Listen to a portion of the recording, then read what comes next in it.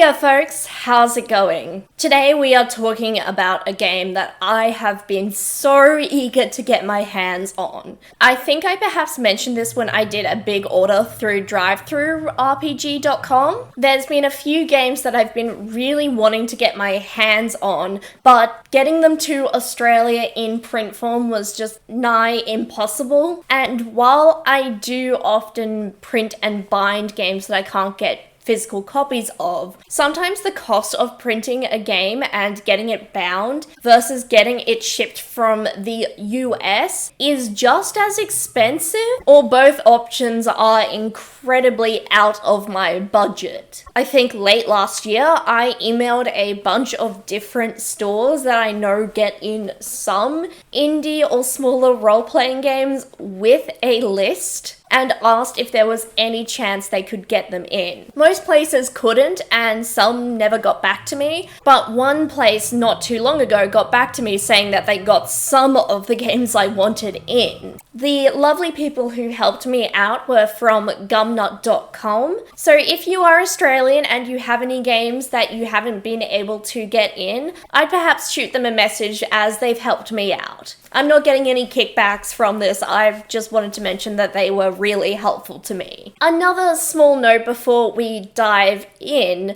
my copy of the game has a few little pieces of tape in some places and some little holes.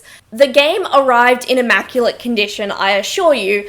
I just was so eager to read it that I happened to leave it unattended around my pet rats, and they thought it looked really delicious, and so they had a little nibble on some spots. I'm just really glad they didn't manage to eat any mechanics or important pieces of text. Now, with all of that out of the way, today we are talking about a game that takes place in the pre-Christian Nordic world. It's about power, toxic masculinity, and what it is like to live in an honor culture. This is Blood Feud by Black Fisk Publishing. As I briefly mentioned, Blood Feud is set in the pre-Christian Nordic world. Colloquially, we know this as the Viking era, though a lot of our information about the pre-Christian Norse way of life was only really recorded in writing from a Christian perspective. Something that we have a little bit of an understanding of was how important honor was to these cultures. One of the inspirations that this game mentions are the Icelandic sagas, which are filled with stories of men who are seeking to improve or restore their honor. These could lead to very bloody disputes or conflict resolution conducted by the community through an early legal system. A game of Blood Feud is likely to take place in one of these Nordic settlements, and it could take place over generations or across a couple of different communities. What the place actually looks like and who all the non-player characters are is something that is actually created as a group in the setup process. While this game has no official game master, there are some guidelines for setting up that the player who probably owns the game manual will guide everyone through.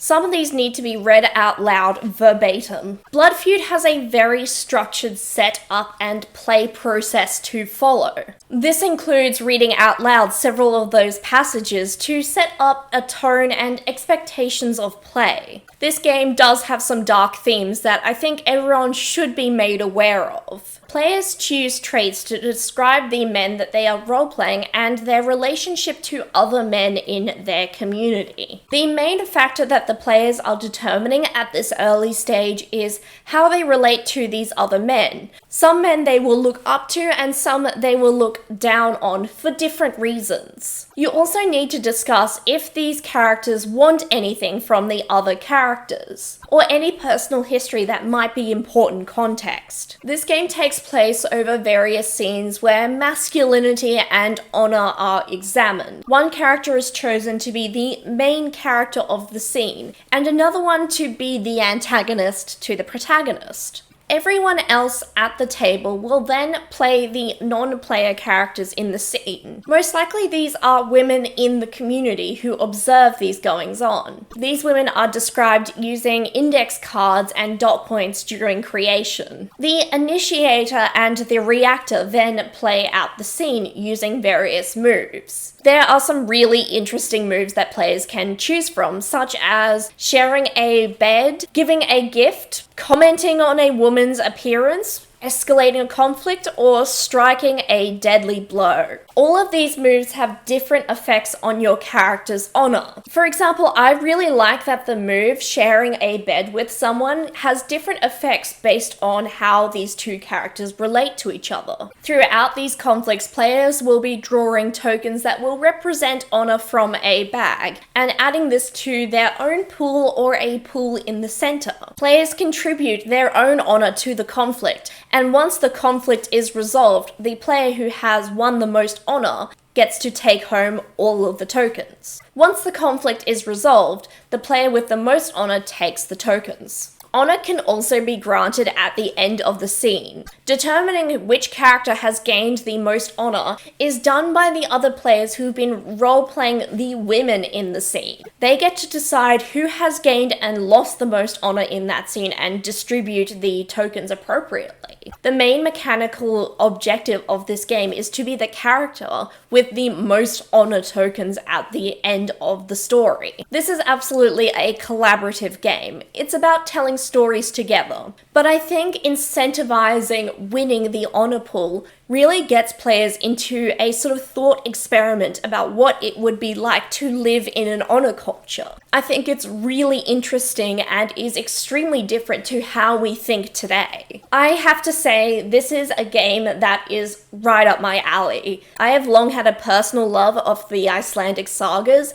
and I sort of see games like this as an example of some experimental archaeology that we can do as historical enthusiasts. While we cannot know how people thought in the past, this game suggests what living in a culture that prizes honor above all else would be like and how that would affect our lives. Of course, this game does not endorse these perspectives. They definitely don't want you to run your friend through with a sword. We are also not examining true historical events. We just don't know about them. This game encourages you to think beyond your own cultural context and to wonder what it would be like to live in a culture so different to your own. I also have to briefly talk about the art in this book, which is really beautiful. Apart from the gorgeous cover illustration, the interior is all these black and white scenes of men interacting together, and some of them are just beautiful. This is perhaps not a typical tabletop role-playing game for this channel. There are very few fantastical elements and there's no dice to roll. If you're perhaps into experimental archaeology, or you're open to trying out a way of thinking that is not your own and perhaps not one you want to engage in your real life, this is absolutely a game to check out. Also, if you have a friend who's into European history, they'll dig this. So my printed copy was $40 Australian for me to get my hands on through Gubnut Games. For me, I just had to have this one. I'm really glad I got to talk to you guys today about this game. I would like to know what you would think it would be like to be a person or a character in a world where honor culture is so much more important